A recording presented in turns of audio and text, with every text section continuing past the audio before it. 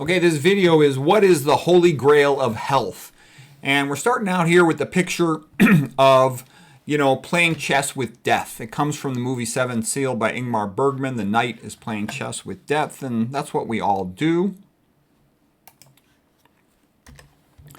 And then here's what we all want. We all want the fountain of youth. We can, enter on this side being kind of old and frail and sick, come out on the other side being young and virile and ready to go. And we're never going to be 18 years old again, but there are a lot of things one can do to optimize our aging. And the first thing I always start with is everything in the body functions better with good blood flow. So how do you improve blood flow?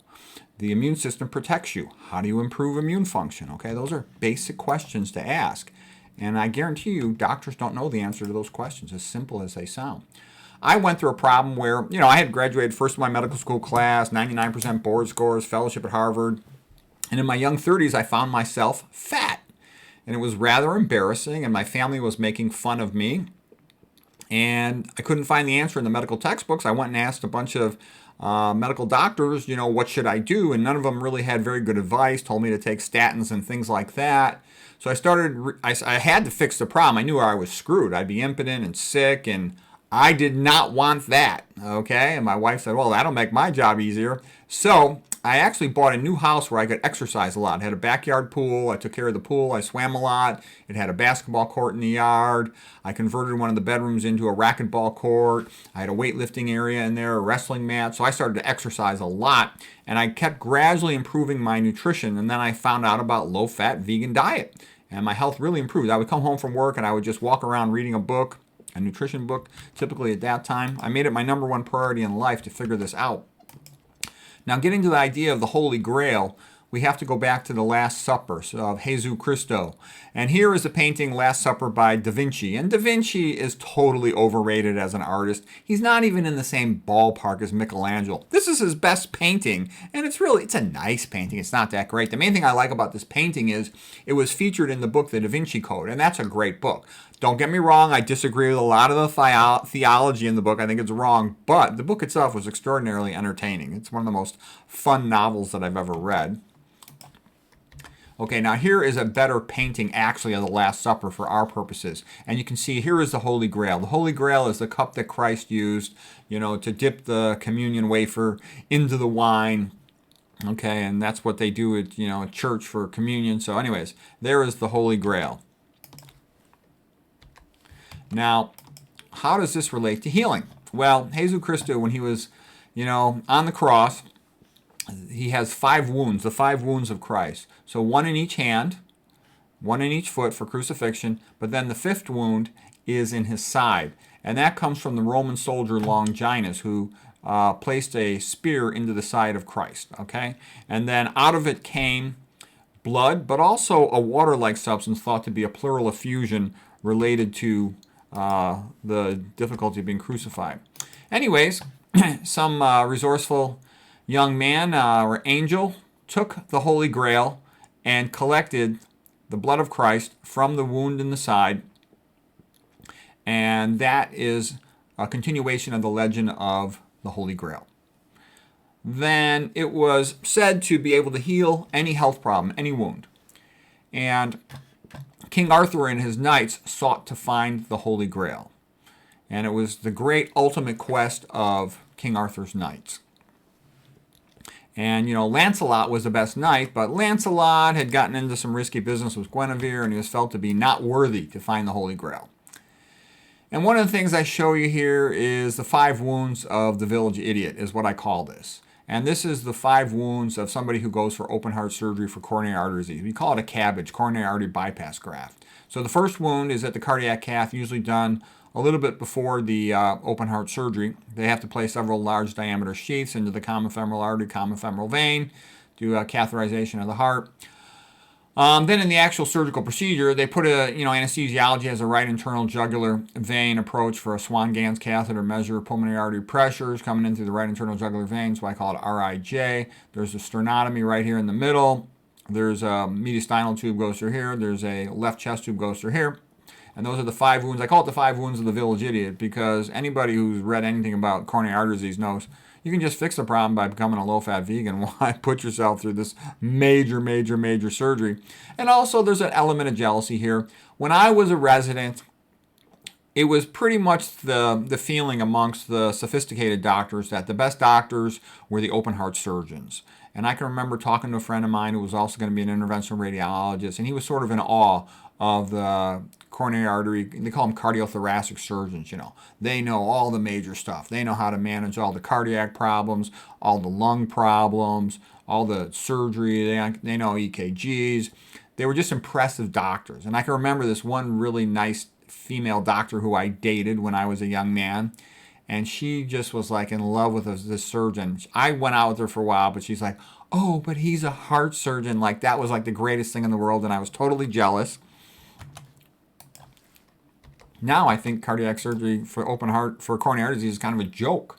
Back then, though, I was a young guy, and remember, I was a vascular interventional radiologist. That's what I trained in, imaging-guided surgeon with the emphasis on vascular disease, which means doing balloon angioplasties, placing stents in the arteries that go to the lower extremities. So like iliac artery, superficial femoral artery, popliteal artery, stents, that sort of thing, and thrombolysis and whatnot, clot-dissolving medicines injected through a catheter, all of that stuff. Okay, so anyways, I thought vascular interventionalists, cardiologists, cardiac surgeons, vascular surgeons, they were the true experts of atherosclerosis. And atherosclerosis is the most important disease, therefore they were the great doctors, okay? And what I learned is what they really are is plumbers, okay? Plumbers in the sense that they don't know very much about atherosclerosis. What they know is if you have a blockage in a pipe, you can bypass it by placing a surgical graft from here to here. They know that you can place a stent down the center of it. Sometimes you can inject a clot dissolver to dissolve it. So they know how to fix lesions in a macroscopic way, but they really don't know much about pathophysiology, what causes it. You always want to know the cause of something, because if you know it's caused by a high-fat diet, then stop eating a high-fat diet. And as it turns out, you can very often reverse it. You're not going to open up an occluded artery, but you can improve the flow through a narrowed artery, a stenotic artery. And that's me sort of turning around there, the plumber who wanted to see things in a different way. Conventional medicine is almost like a substitute for religion for most people nowadays. And the average patient, they're usually a nice person who's basically a chump, doesn't know anything. And every Western hospital, you have this big line of people, like a river of fat diabetic hypertensives that go to the hospital. And it reminds me of the Canterbury Tales pilgrimage, okay? They're going for their little adventure, and they'll tell stories about their little adventure. And what they don't understand is you can take a CAT scan, an ultrasound, a chest x-ray, plain film, an MRI, echocardiogram, all this stuff. You're just taking a picture of a disease. You don't cure a disease by taking a picture of it. So it's entirely a misguided idea that you're really going to make that big a difference taking a picture of a disease. Don't get me wrong. You sometimes very much need these pictures, and they can, especially in the acute setting, be helpful to make a correct diagnosis and then initiate correct treatment. Like if you got abdominal pain, sudden onset, you want to rule out appendicitis, get a CAT scan. And if it's an appy, you might want to go to the OR. Okay, but that's a rare situation. Okay, a big hospital might see one acute appendicitis a week. All right, they're going to see coronary artery disease, hypertension, diabetes, almost every single patient all day long, every day. Okay.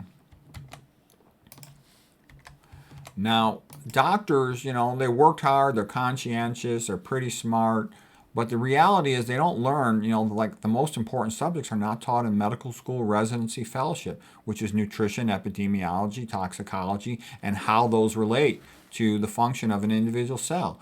They don't know about the zeta potential of RBCs or the glycocalyx. They don't know about calcium metabolism, how you keep the calcium in the cell cytoplasm down. They don't know excitotoxins. They really don't know the basic stuff of major pathophysiology. They don't know SERCA inhibitors. They don't know mitochondrial inhibitors.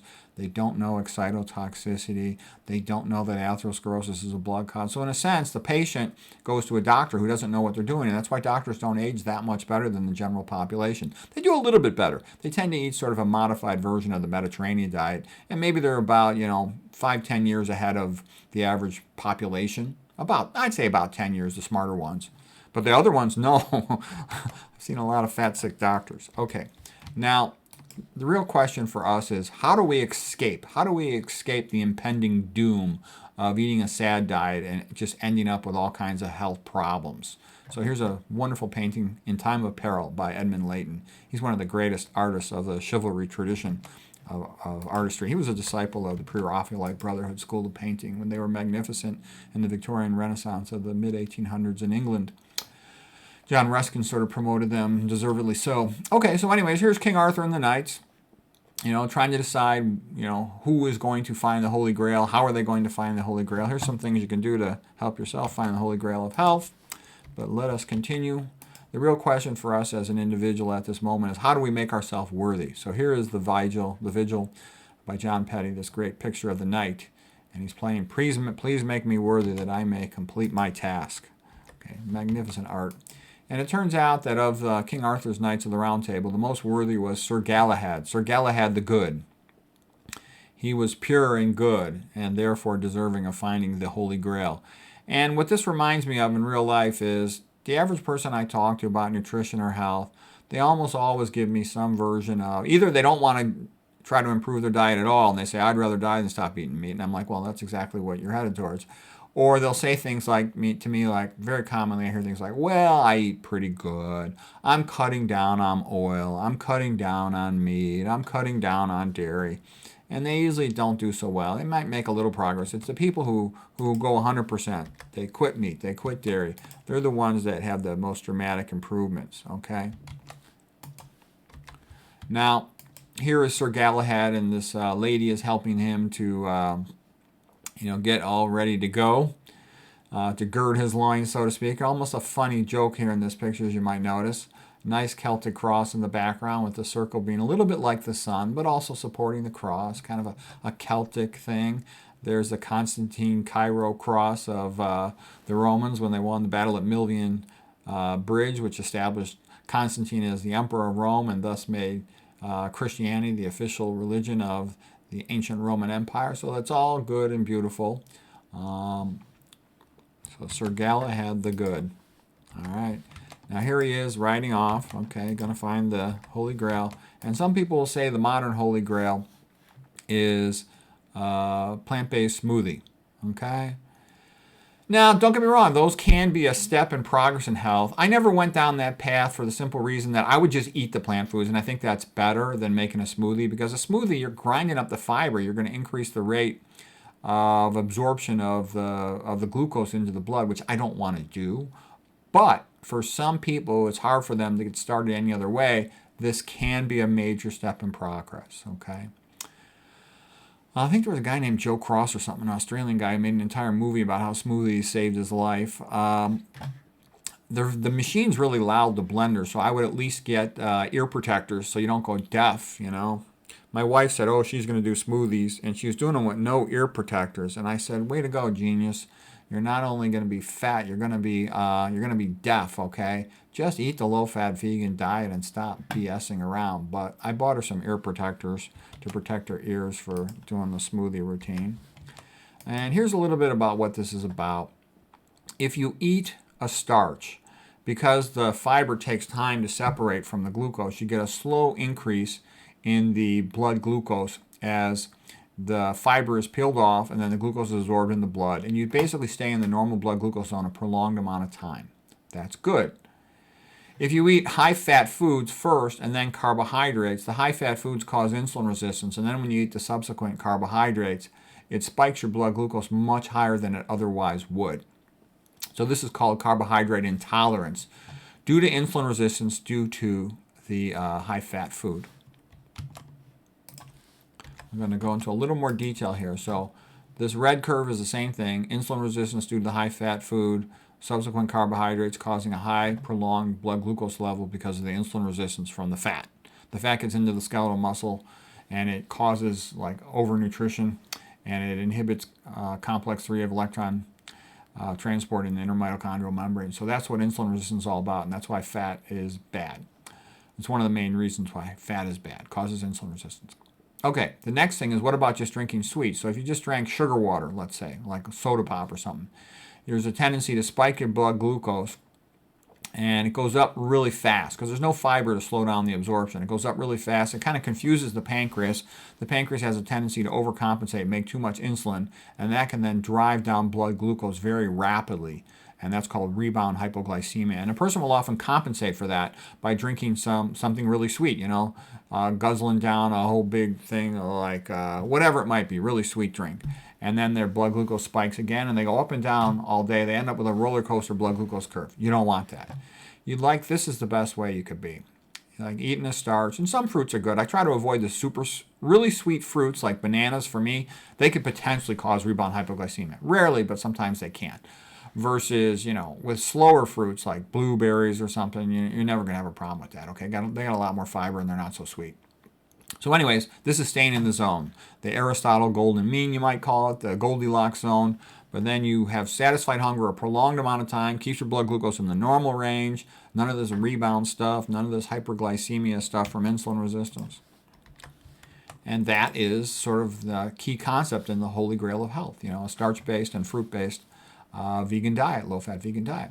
And so then I'm also going to just briefly mention here, this is Amadeus, that's Mozart right there.